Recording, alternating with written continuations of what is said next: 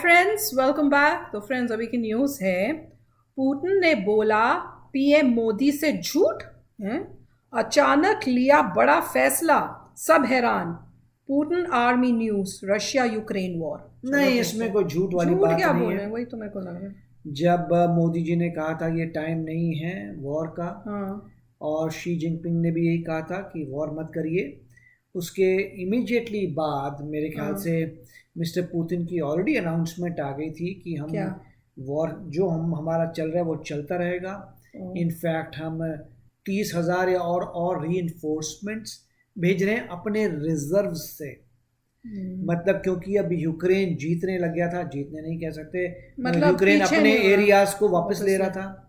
तो यूक्रेन अपने eastern border के एरियाज वापस ले रहा था। रशिया ने जो अपने वेस्टर्न बॉर्डर पे कब्जा किया था, डोनबास वगैरह में, लुहांस में, तो धीरे धीरे यूक्रेन ले रहा था। अच्छा, अब जो है मिस्टर पुतिन ने बोला है नहीं, मैं और फोर्सेस भेजूंगा, तो वो रिजर्व्स निकाल रहे हैं और रिजर्व्स को भेज रहे हैं। तो सिमिलर एक्शन वो पहले भी ले चुके हैं दूसरे एरियाज में भी। तो अब ये पॉइंट है कि इसी के बारे में शायद ये वीडियो लग रहा है, पता नहीं। मगर ये जो अनाउंसमेंट थी ये तुरंत ही मिस्टर पुतिन ने दे दी थी।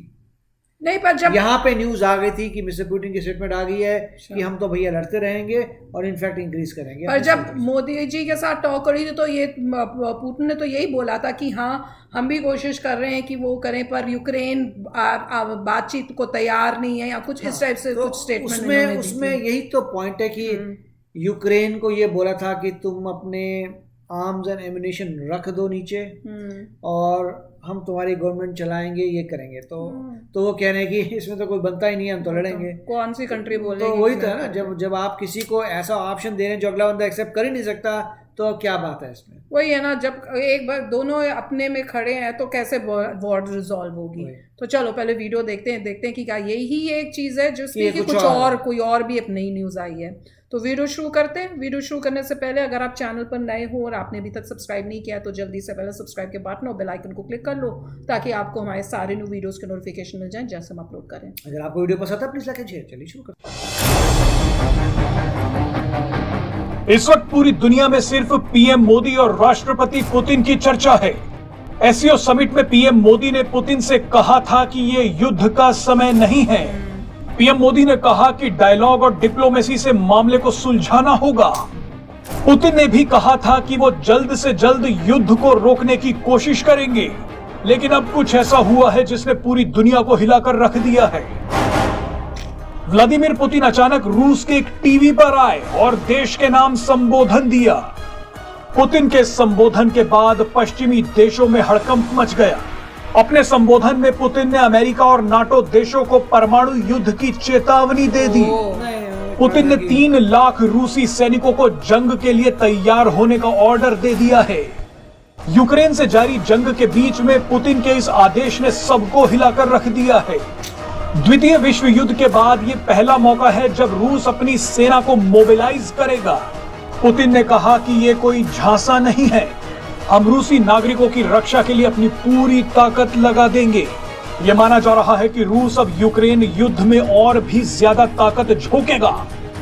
रूस ने जनमत संग्रह कराने का भी ऐलान किया है। पुतिन की रूसी सैनिकों की अधिक तैनाती का सीधा अर्थ यह है कि रूस और यूक्रेन युद्ध अब कुछ और समय तक चलेगा। रूस के राष्ट्रपति व्लादिमीर पुतिन ने जैसे ही यूक्रेन के कब्जाए इलाकों में जनमत संग्रह कराने की बात कही तो पश्चिमी देशों में हलचल तेज हो गई। आने वाले दिनों में डोनेट्स्क, लुहांस्क और खेरसान में रहने वाले लोग रूस में शामिल होने पर वोट करेंगे। जानकारी के लिए बता दें कि इन इलाकों में रूसी भाषी लोगों की संख्या काफी ज्यादा है। इन इलाकों पर रूस के कब्जे का मतलब यूक्रेन का आर्थिक रूप से तबाह होना है। रूस के कब्जाए गए इलाकों में यूक्रेन के 2 औद्योगिक शहर, यूरोप का सबसे बड़ा परमाणु संयंत्र और हजारों किलोमीटर की जमीन आ गई है।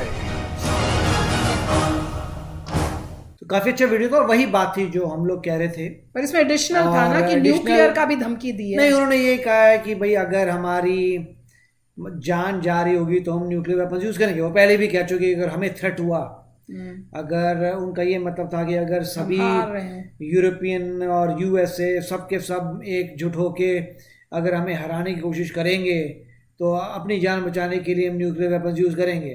तो ये तो पहले भी बोल चुके हैं, दोबारा बोल रहे हैं साथ में कि रिजर्व से बहुत सारे फोर्सेस अब जाएंगी और उसके बाद जो एरिया कब्जा किया है उसमें वहाँ पे रेफरेंडम होगा कि वो लोग क्या चाहते हैं, कि रशिया के साथ रहना चाहेंगे अभी यूक्रेन के साथ। कौन है, किसका कंट्रोल है उन एरियाज में? तो यूक्रेन का पार्ट था और रशिया ने अटैक करके ले लिया। अभी किसके पास है? अभी रशिया के पास है। और अब रशिया वोटिंग करवाएगा। अब रशिया, क्योंकि अभी जो है यूक्रेन धीरे धीरे वापस ले रहा था उस पार्ट को।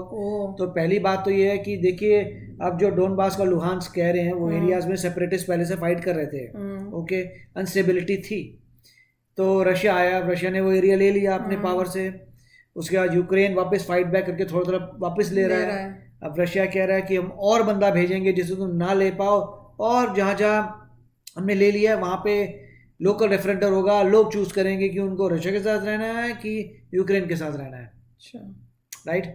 तो यहाँ पे प्रॉब्लम है और इसमें सभी लोगों को पता है कि मतलब ऐसा आप नहीं कर सकते कि किसी का पहले एरिया ले लो फिर उसको पूछो हाँ भी तो क्या करेगा, पहले उनको वापस जाने दो उनके पास, फिर तो आप ऐसा तो मतलब कब्जा करके थोड़ा आप रेफरेंडम करा सकते हैं। क्या पता कितना। मुझे पता है कि इंडिया में सारे रशियन लवर्स हैं, मगर फिर भी ये बात इंडिया और रशिया की बात नहीं हो रही, ये फिलॉसफी की बात है, ये कैरेक्टर की बात है।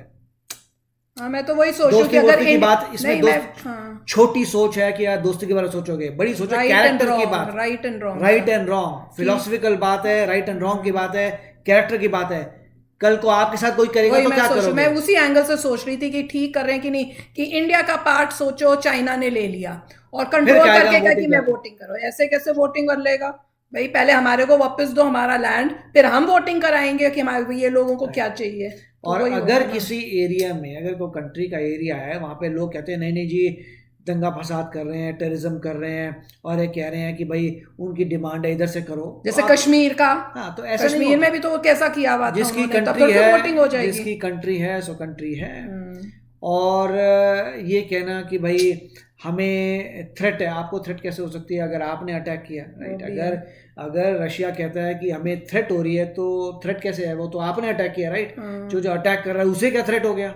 वही मैं समझ, अगर अटैक खत्म कर दो कोई थ्रेट नहीं होगा। तो इसीलिए, मगर वो लोग कहते हैं नहीं, थ्रेट ये है कि नेटो एक्सपैंड कर रहा है। तो वो ये ना कि आप अपना हर बंदा अपना नैरेटिव आगे बढ़ा रहा है। यूक्रेन उस तरफ से बोल रहा है कि अरे हम ज्वाइन करना चाहते नेटो तो ये हो गया, अगर नेटो भी हेल्प नहीं करेगा तो कौन करेगा? तो मतलब वो सब चल रहा है। मगर ये लग रहा था कि एससीओ समिट के बाद होप ये था कि मिस्टर पुतिन कहे चलो मैं डिप्लोमेटिक सोचता हूँ, छोड़ता हूँ, वैसे ही थोड़ा थोड़ा एरिया यूक्रेन वापस ले रहा है, जाने दो। मगर नहीं, मैं वापस आऊँगा, करूँगा। तो मतलब बहुत कॉम्प्लिकेटेड हो रहा है। इसी की वजह से काफ़ी कंट्रीज रिसेशन में चली जाएंगी, पूरे वर्ल्ड में प्रॉब्लम आएगी, तभी तो मोदी जी कह रहे थे स्टॉक मार्केट्स गिरेंगी। तो बहुत ही मतलब ये लड़ाई झगड़ा अच्छी बात नहीं है।